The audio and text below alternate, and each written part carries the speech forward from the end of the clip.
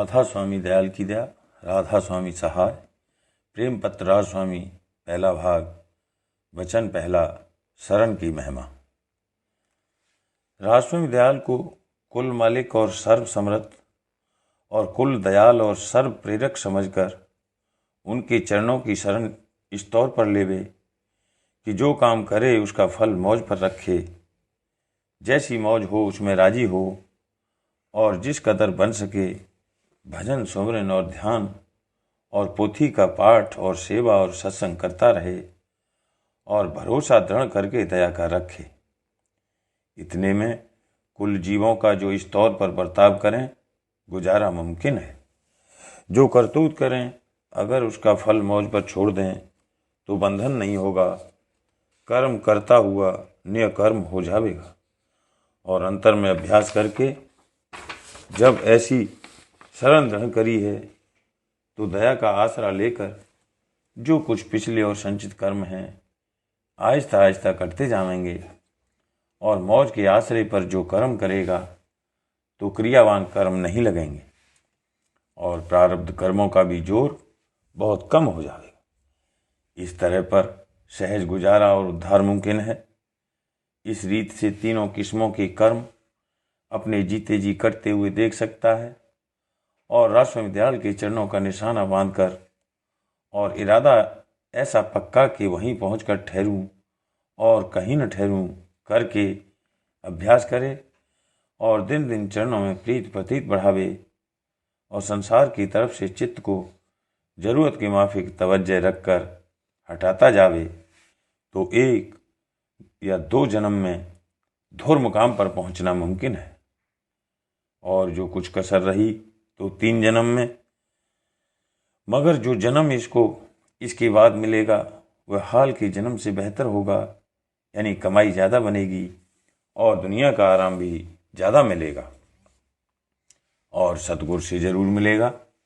और उनका सत्संग 1-2 रोज करने में ही इस जन्म की कमाई खुल जाएगी और जितने दिन की चूल्हा छोड़ने और देह धरने में गुजरेंगे तब तक ऊंचे स्थान पर रहेगा और सतगुरु के दर्शन और वचन मिलेंगे।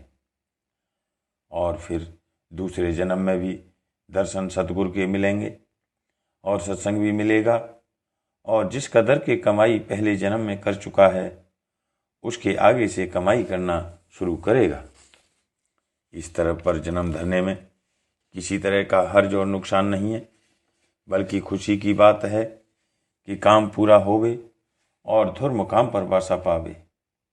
ये शरण जिसका जिक्र ऊपर हुआ दर्जा अव्वल की शरण है। हर एक शख्स को चाहिए कि इसकी माफिक शरण लेवे और अभ्यास करे। जिस दर्जे की शरण होगी उसी कदर फायदा जीते जी और अंत समय पर मालूम होगा। शरण में दर्जे बहुत हैं, मगर अपनी परख कि किस दर्जे की शरण हासिल है हर जीव आप कर सकता है।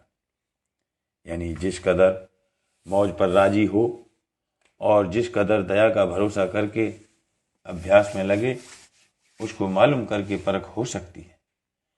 पूरी शरण वाले का एक ही जन्म में काम बनेगा और बाकी जिस कदर शरण कम होगी उसी कदर देर होगी। जैसे कि सुरत हर एक देह में बैठकर कुल देह की कार्रवाई अपनी धारों की ताकत से करती है और कुल देह में प्रेरक वही है, इसी तरह से राज स्वामी दयाल कुल सुरतों के ताकत देने वाले और प्रेरक हैं और हर एक के घट में अंग संग मौजूद हैं। इससे उनका सर्वसमर्थ होना साबित है। फिर इस तरह प्रतीत करने में कोई दिक्कत मालूम नहीं होती है, लेकिन मन का कायदा है कि ये अपनी चतुराई और तदबीर से बाज नहीं आता और पूरा पूरा भरोसा राज स्वामी दयाल की दया का नहीं करता। वजह इसकी यह है कि जिस काम में या जिस चीज़ में इसका बंधन विशेष है उस काम के करने में पूरा पूरा भरोसा दया का न लाकर अपना जतन और तदबीर जरूर करता है, और जो इसकी मर्जी की माफिक काम न होवे तो रूखा फीका या दुखी होकर ऐसा ख्याल करता है कि अगर फला तदबीर करता तो काम दुरुस्त होता या फला बात के मेरे करने में कसर रह गई, और मौज को भूल जाता है और उसके साथ मुआफ़क़त नहीं करता। जो ऐसे मन हैं वह पूरे तौर पर शरण का भरोसा नहीं रखते। वे चाहते हैं कि राजस्वामी दयाल उनकी ख्वाहिश के मुताबिक हर एक काम को पूरा करें, और जो ऐसा नहीं होता तो मौज का आसरा छोड़कर अपनी तदबीर में जहाँ तक बनता है कोशिश करते हैं।